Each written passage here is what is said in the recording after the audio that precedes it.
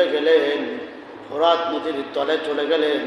যাওয়ার পরে এক টুকরা কাদা তো নিয়ে চলে আসলেন, এক টুকরা কাদা নিয়ে আসলেন। আনার পরে আজকের যেটা ফিলিস্তিন বাইতুল মুকাদ্দাস, বাইতুল মুকাদ্দাসের মেহরাবের উত্তর পাশে কয়েকটা বোতল আছে। একটি বোতলটাকে বলা হয় বাইতুল সাদরাল জান্নাহ, জান্নাতের আপনার গাছের থেকে একটা বোতল তৈরি করা হয়েছে। এই বোতলটা কাঠের বোতল, এই বোতলটা বাবা কাচের বোতল না। এই বোতলটা নিয়ে আল্লাহর নবীর কাছে ডান হাতে হচ্ছে ফোরাত নদীর মাটি, আর বাম হাতে এই বোতলটা নিয়ে আল্লাহর নবীর কাছে জিবরাইল আলাইহিস সালাতু ওয়াস সালাম চলে গেলেন। বললেন, ভাই মুহাম্মদ, এই বোতলের ভিতরে আপনি মাটির টুকরাটা রাখেন। বলো, লাভটা কি? মুহাম্মদ রাসূলুল্লাহ সাল্লাল্লাহু আলাইহি ওয়াসাল্লামের প্রশ্নের উত্তরে বললেন, মুহাম্মদ, এক নম্বর লাভ হলো এই বোতলের মাটিটা গলে গলে যখন সবুজ বর্ণ হয়ে যাবে, সবুজ বর্ণ হয়ে গেলে ইমাম হাসান ইন্তেকাল করবে, পৃথিবীর বুকে আর থাকতে পারবে না। ওই দিনটা হবে আশুরার দিন, মুহররমের 10 তারিখ। চিল্লায় বলুন আল্লাহ।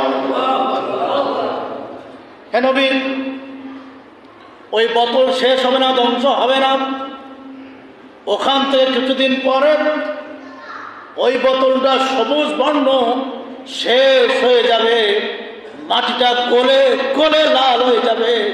লাল হওয়ার পরে মাটির থেকে রক্ত ফিনকি দিয়ে পড়বে।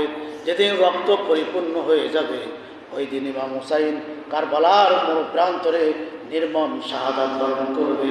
পৃথিবীর কোনো মানুষ তার ওই শিক্ষা গ্রহণ করবে না। ইমাম হুসাইন ইন্তেকালের পরে কোটি কোটি মুসলমান শিক্ষা নেবে। কারবালার প্রান্তরে মুসলমানরা যেভাবে বিজয় লাভ করেছেন, আজ হোক কাল হোক মুসলমানরা আগামী দিনে কোরআনের পতাকা ধরবে।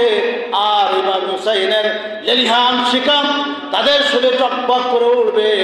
আর এই সময় তারা যুদ্ধ করে করে শাহাদাত বরণ করবে। একের পরে এক মুসলমানরা বিজয় লাভ করবে।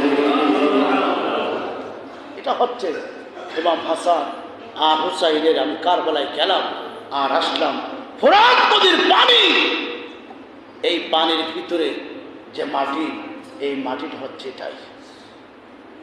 আল্লাহ নবী আর একটি কথা বলেছিলেন যে আমার হুসাইন শাহাদাত বরণ করল, এই বোতল আর মাটি কোথায় যাবে? শুনছেন আপনারা? নজর আছে তো আমার দিকে, এলাই হচ্ছে, সব চলে যাবে। বইটার নাম বলে যাই, এই বইটা কোরআন হাদিসে লেখা নেই, ফরাজে জুলফিকার আলীর লেখা, ইরান দুহিতা। বইয়ের নাম কি বললাম বলেন তো? ইরান দুহিতা। ইরানের সেই সুন্দরী মেয়ে। ইরান দুহিতার বইয়ের ভিতরে 113 নম্বর পৃষ্ঠায় 4 নম্বর লাইনে লেখা আছে। শুনছেন আপনারা?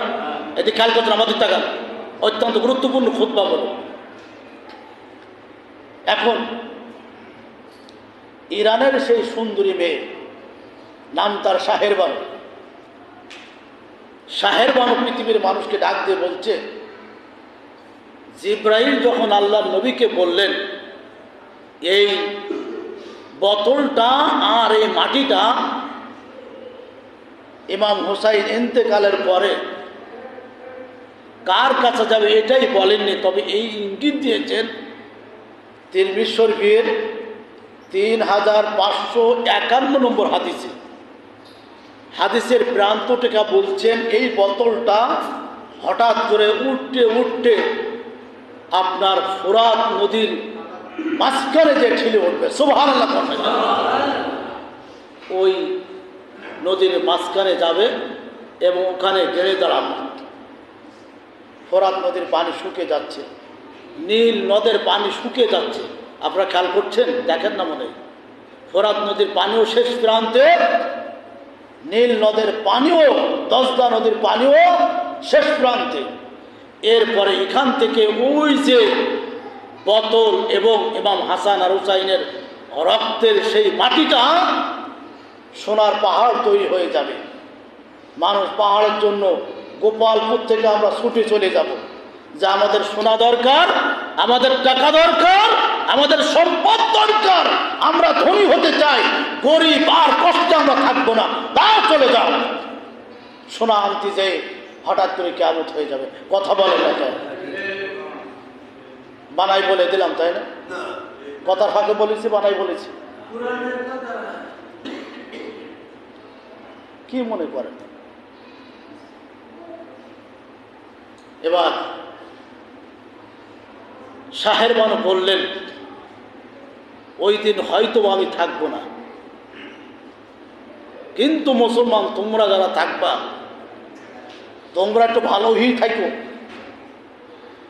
তোমরা কি বলেন তো?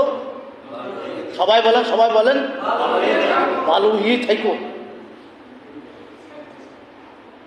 আমি গতকালকে একটা বই পড়লাম, তছনছ হয়ে যাচ্ছে মুসলিম জাতি। বইটার রাইটার হচ্ছে পৃথিবীর ইতিহাসের বর্তমান বিশ্বের ইসলামিক স্কলার সেরা ডাক্তার জাকির নায়েক, উনি লিখে গেছেন। ওই বইটা লেখার পরে ভারত সরকার তারা থাকতে দেয় নাই। তছনছ হয়ে যাচ্ছে মুসলিম জাতি, জাতির দরকার নেই। এইখানে 200 মুসলমান তো আমরা একমত না, কথা বলেন না কেন? এই পাশে একজন, এই ওই পাশটা একজন, কিন্তু মাঝখান তার একজন হয়ে গেছে, একতা শেষ।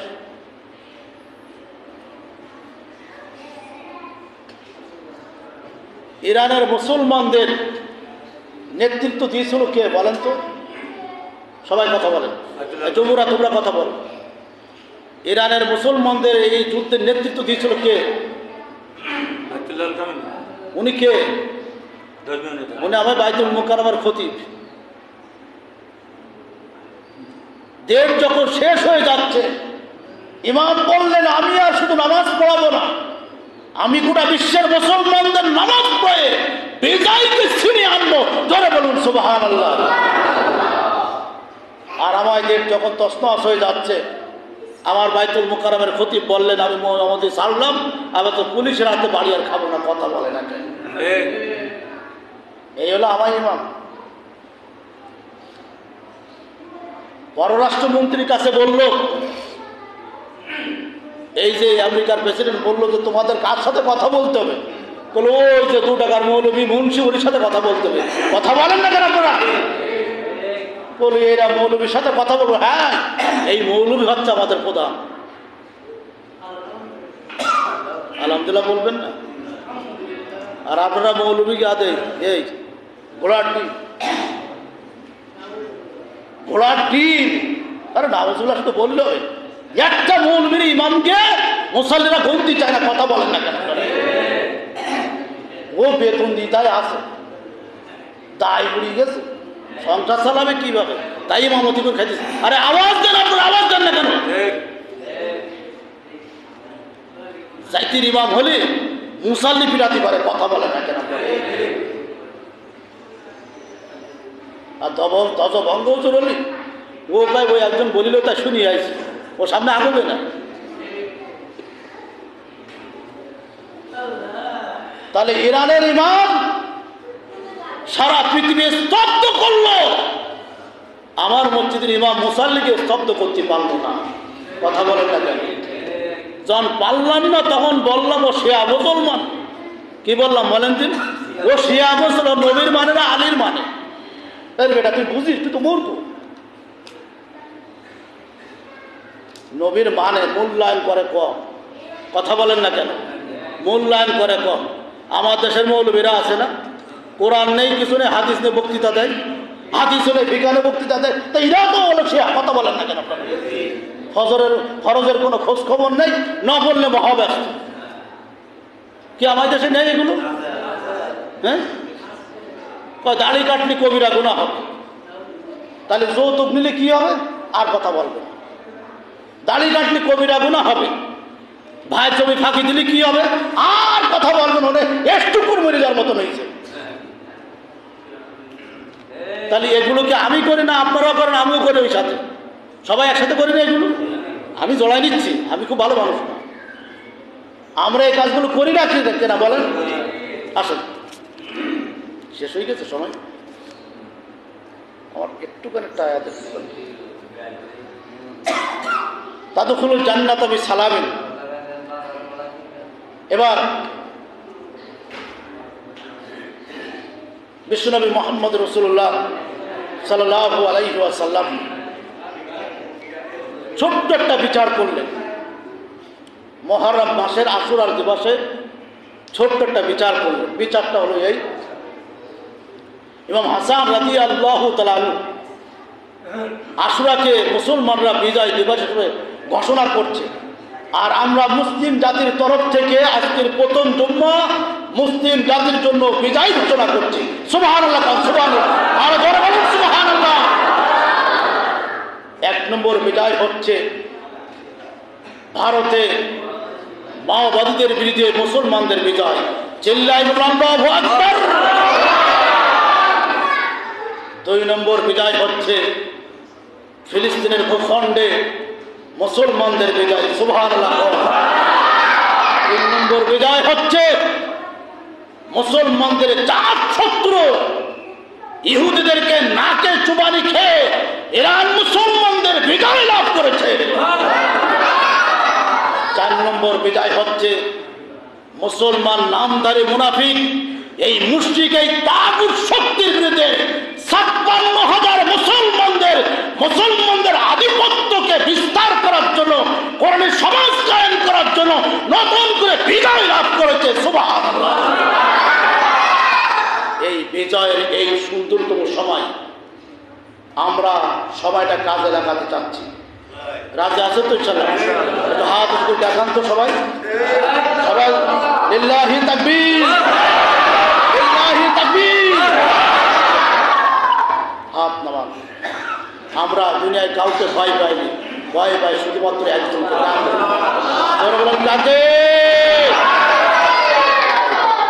এই বিজয়ের দিনে আল্লাহ নবী ছোট্ট একটা বিচার করলেন। বিচারটা হচ্ছে ইমাম হুসাইন রাদিয়াল্লাহু তাআলা আনহু আল্লাহ নবীর দরবারে যে বলছে, নবী গো, আপনি তো প্রধান বিচারপতি, বিচারক, আমার ভাই আমার সাথে কথা বলে না, আর আমি আমার ভাইয়ের সাথে কথা বলিনি, আপনি একটু ন্যায় বিচার করে দিন। আল্লাহর নবী এটি খেয়াল করেন, ৭ বার কোনোবার হেসেছেন, এই আদ্রাজ দাঁতগুলো বেড়ে গেছেন। জোরে বলুন সুবহানাল্লাহ। ছোট্ট মানুষ যখন বললেন যে আপনি ন্যায় বিচার করেন, আল্লাহর নবীর দাঁত মোবারকগুলো বেড়ে হাসতেছে, উনি বড্ড হাসি দিচ্ছে, বলছে না অবশ্যই ন্যায় বিচার করতে হবে। আমার কলিজার টুকরা হাসান কি কোনো অপরাধ করেছে? বলছে হ্যাঁ, সে মারাত্মক অপরাধ করেছে। আমাকে সে এখন কোলে নেয় না, আদর করে না, চুমাও দেয় না। বলো কতদিন? বলো আল্লাহর নবী ফজরের নামাজেতে শুরু হয়েছে, জোহরের নামাজের আগ পর্যন্ত ভাই আমার সাথে কথা বলে নাই। সুবহানাল্লাহ বলবেন না? সুবহানাল্লাহ বলবেন না? মামলার সময় কয় ঘন্টা? 5 ঘন্টা। কয় ঘন্টা বলেন তো? 5 ঘন্টা। আল্লাহর নবী বললেন, হোসাইন তুমি বলো হাসানকে যে নানা পাঠিয়ে দিয়েছে, কে আগে জান্নাতে যাবে? কি সুবহানাল্লাহ বলতে মন চায় না? কে আগে জান্নাতে যাবে? মানে আল্লাহর নবী কৌশল দিলেন যে কে আগে জান্নাতে যাবে। হাসানের সাথে বললেই কত, হাসান কথা বল। ইমাম হুসাইন ছোট্ট মানুষ, ভিড় ভিড় ভিড় ভিড় করে হাসানকে ডেকে বললেন, ভাই হাসান, নবী বিশ্বজাহানের খলিফা বলেছেন কে আগে আল্লাহর জান্নাতে যাবে, যে আজকে আগে আল্লাহর জান্নাতে যাবে সেই লোকটা নবীর দরবারে যাবে। আজকে হলো আশুরার দিবস। আল্লাহ নবী বলছেন সেই লোকটা আমি আল্লাহর নবী নিজেই তাকে জান্নাতে নিয়ে যাব। একবার করে বলা যাবে বিশ্বনবী মুহাম্মদ রাসূলুল্লাহ সাল্লাল্লাহু আলাইহি ওয়াসাল্লাম দেখলেন হাসানও ছুটতে শুরু করেছে, হোসাইনও ছুটতে শুরু করেছে, দুই ভাই হাতে হাত দিয়ে ছুটতে শুরু করেছে। বিশ্বনবী মুহাম্মদ রাসূলুল্লাহ সাল্লাল্লাহু আলাইহি ওয়াসাল্লাম বললেন, হাসান আর হুসাইন দুজন কাতার সোজা করে দাঁড়িয়ে যাও, আর আমি নবী তোমাদের সামনে দাঁড়াবো। এই কথা বলার সঙ্গে সঙ্গে হুসাইন বললেন, ইয়া রাসূলুল্লাহ, ইয়া হাবিবাল্লাহ, আপনি জান্নাতের লোক দেখেছেন? বলে হ্যাঁ। আকাশের দিকে তাকিয়ে থাকো। আকাশের দিকে যখন দুই ভাই তাকায়, হোসাইন থেকে বর্ণিত নাসাই শরীফের হাদিস 6857 নম্বর হাদিস, আল্লাহ নবী বলছেন, হোসাইন নিজে বর্ণনা করেছেন, পৃথিবীর মানুষ হোসাইন যখন আসমানের দিকে তাকিয়ে থাকে, জিবরাইল বললেন, এত বড় জান্নাত তোমাদের জন্য ব্যবস্থা করা হয়েছে, এই জান্নাতের ভিতরে একবার যদি কেউ যায় মন চাবে না আর কোনোদিন দুনিয়ায় আসবে। ও হাসান আর হুসাইন দুই ভাই কাতার সোজা করে দাঁড়াও, আল্লাহ তাআলা নিজেই ওই মসজিদে তোমাদের জন্য জান্নাতের ব্যবস্থা করে দেবে। তাহলে কাতার সোজা করে দাঁড়াবার দরকার আছে কিনা বলুন? তাহলে আজ পর্যন্ত এখানে থাক নাকি? আর আপনারাও দেরি করে আসার চেষ্টা করেন, তাতে আমার কষ্ট কম হবে।